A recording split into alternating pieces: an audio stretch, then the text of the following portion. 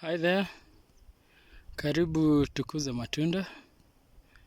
And today I want to give a quick update of where we are with our avocado project. And as you can see, the last video that I posted, we were in Kakuzi and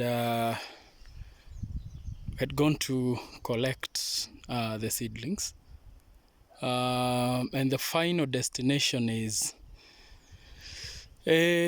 our very own orchard in Nyandarua County. And as you can see, we won't just be planting the avocado seedlings, but there is currently our tree tomato crop, or rather fruits that are currently going on. And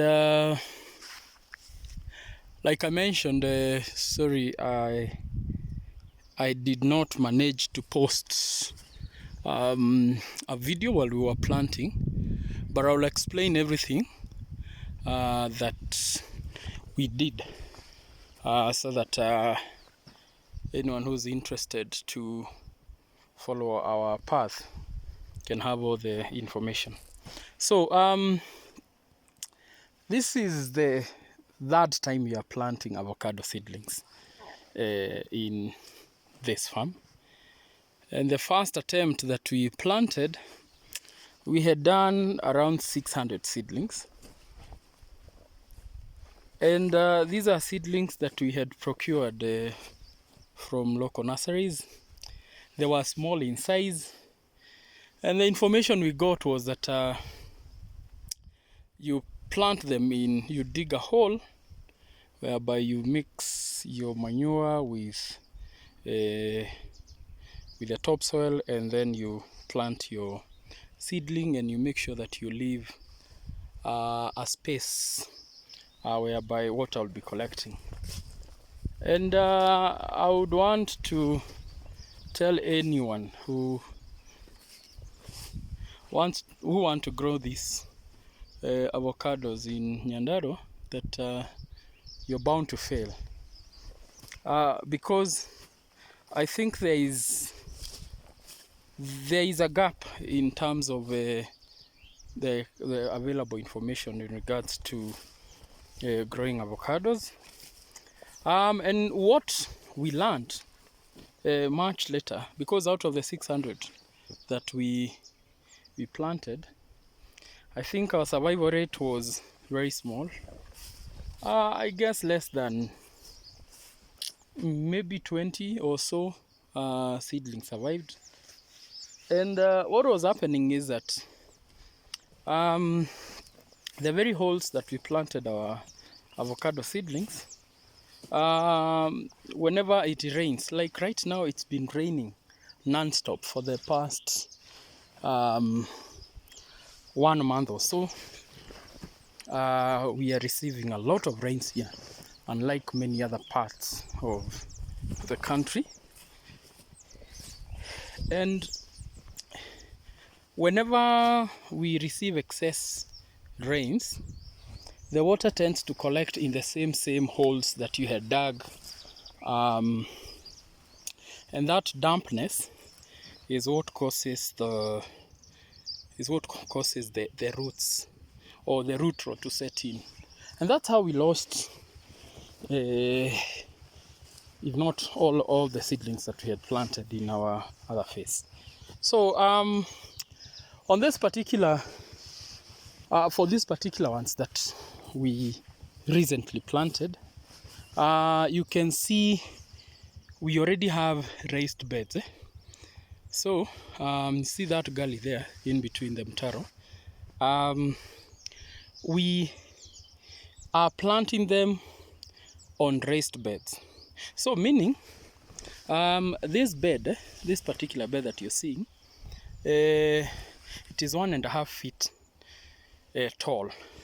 So whenever it rains, water tends to collect using these, you see these gullies or these trenches. so that there will be no any excess rainwater, and hence we minimize chances of root rot. I hope you understand the concept. So, because we are intercropping our avocados with tree tomatoes, and in the past we have not only suffered loss of avocados and tree tomatoes, we decided never again to dig holes to plant our young seedlings, but instead we do raised beds.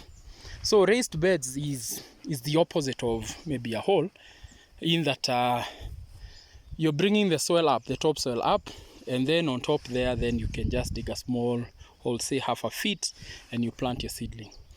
And the trenches that you see, right, if you look around, you'll be able to see those trenches are meant to drain any excess water, because in Nyandarua, when we receive rains here, we do receive a lot of rains, and if you're not careful, even in our orchard that is very well drained or slanted, we usually have cases of water,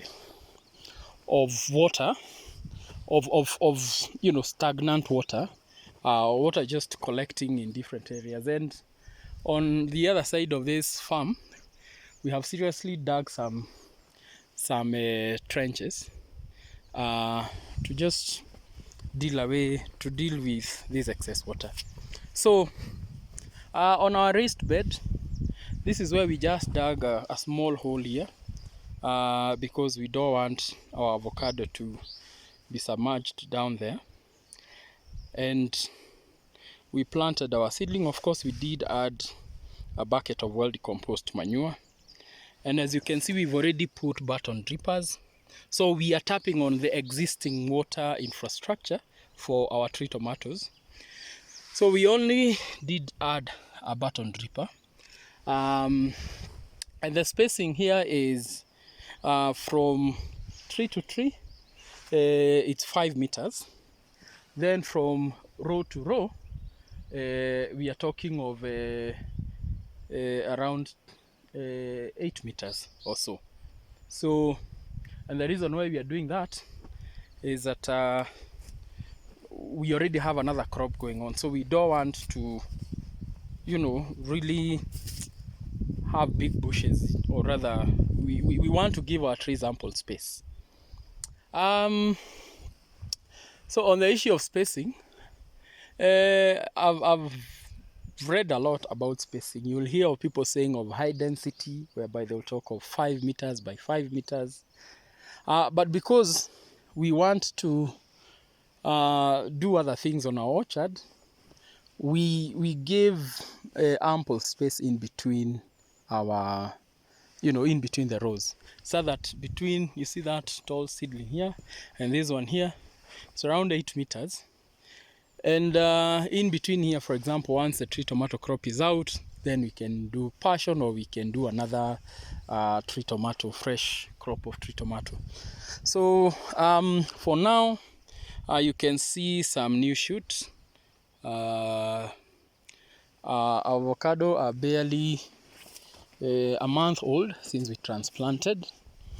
And like I've said, we only dug a small hole here on top, added a bucket of well decomposed manure, mixed that with the topsoil here, and planted our avocado seedling, and of course added button drippers there to ensure that watering goes on in the absence of rains. And like I've said before, because we have failed so many times, we have learned from our mistakes. So we don't plant these seedlings if we don't have a proper water infrastructure in place. So we've already done our calculation, and we know that the amount of water that in the absence of these rains will be enough to keep our trees going on. We don't need to suffer another loss. The cost of buying this seedling to replace them simply because you didn't have enough water. I mean, we've learned our lessons. We don't want to repeat some of those simple mistakes that many of us do. So you assume that your place has ample rains, and I don't know what happens whenever you plant, then the rains disappear.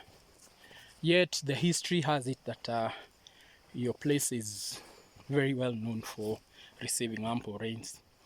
So we only did a small section here.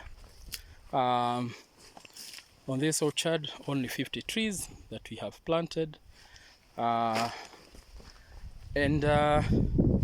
so far we've noted all of them are picking on well. And we hope within no time, then the trees will have fully adjusted to this weather, this cold weather. But for now, I think the only thing that we are doing, because of the harsh cold weather, we do maybe monthly, we do a fungicide spray to ensure that these leaves are protected. Any copper would do.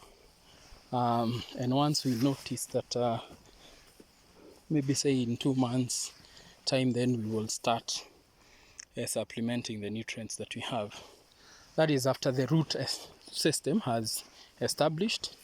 But for now, the focus is the trees to break the dormancy and see some new shoots coming up. And that is where now we can do a fresh layer of say NPK and all the other nutritional supplements that one can put. But for now, we are not rushing them. The focus is to ensure that they're able to hold and rather adapt to this new weather. This ecological zone. And once we see new shoots coming up, that means they've broken their dormancy. Then so for now we are waiting for nature to do its work. We have ample rains, and in the absence of the rains, then we will be able to irrigate them alongside these tree tomato trees. So the journey of growing them officially begins with transplanting them to the field. And like I've said, we are not doing them in a new field, but rather we've intercropped them with our current crop of tree tomatoes. And like I've said, for spacing, we decided to do 5 meters by 8 meters. So from between the trees, 5 meters, and between the rows, around 8 meters. And it's in between those rows that we'll be able to grow other stuff. And as you can see, we already have our tree tomato crop currently growing. So like I've said before, these seedlings are from Kakuzi. That's where we bought them from, in Makuyu. And the reason why we decided to go for the Kakuzi seedlings, one, authenticity,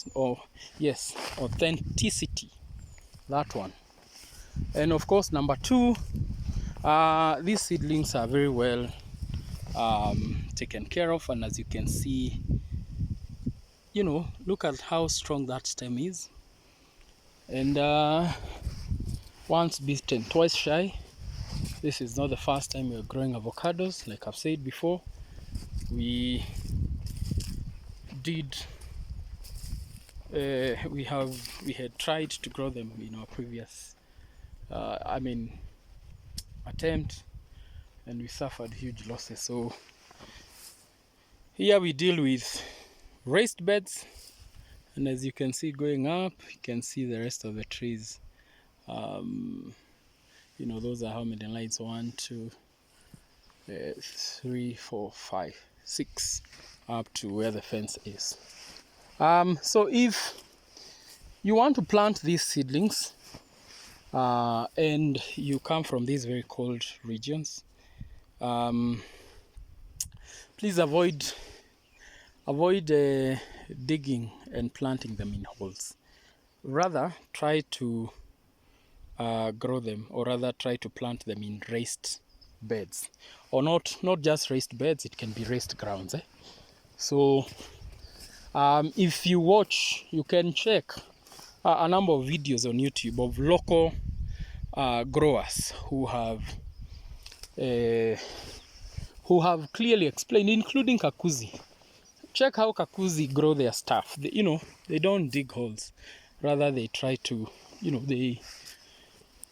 there are quite a number of videos there. So just take your time, watch, and you'll get to understand. And the reason why we are discouraging growing of avocados, or rather planting them in holes, is because they hate wet feet. Whenever there are heavy rains, the water tends to collect there, and as a result, root rot set in, and that really slows down the avocado, and in many cases it's likely to experience a root rot and all sort of fungal diseases affecting the the tree, and eventually it dies. So I have no doubt that this tree will pick up well. As you can see, this has already broken its dormancy. We are seeing some new shoots there, very nice ones. The piping is already there in place, of course taking advantage of the existing tree tomato crop. Yeah, and I'll keep you posted. So I hope you've learned something. Please keep it here. Remember to subscribe, and I'll keep on posting. Because avocados take long, I'll be doing quarterly videos every 3 months, just to show you the progress of these trees and the kind of care that we'll continue to accord them. So thank you so much. Remember to subscribe, remember to share this video, and please keep it here in Tukuze Matunda, so that we walk this journey together. Asante.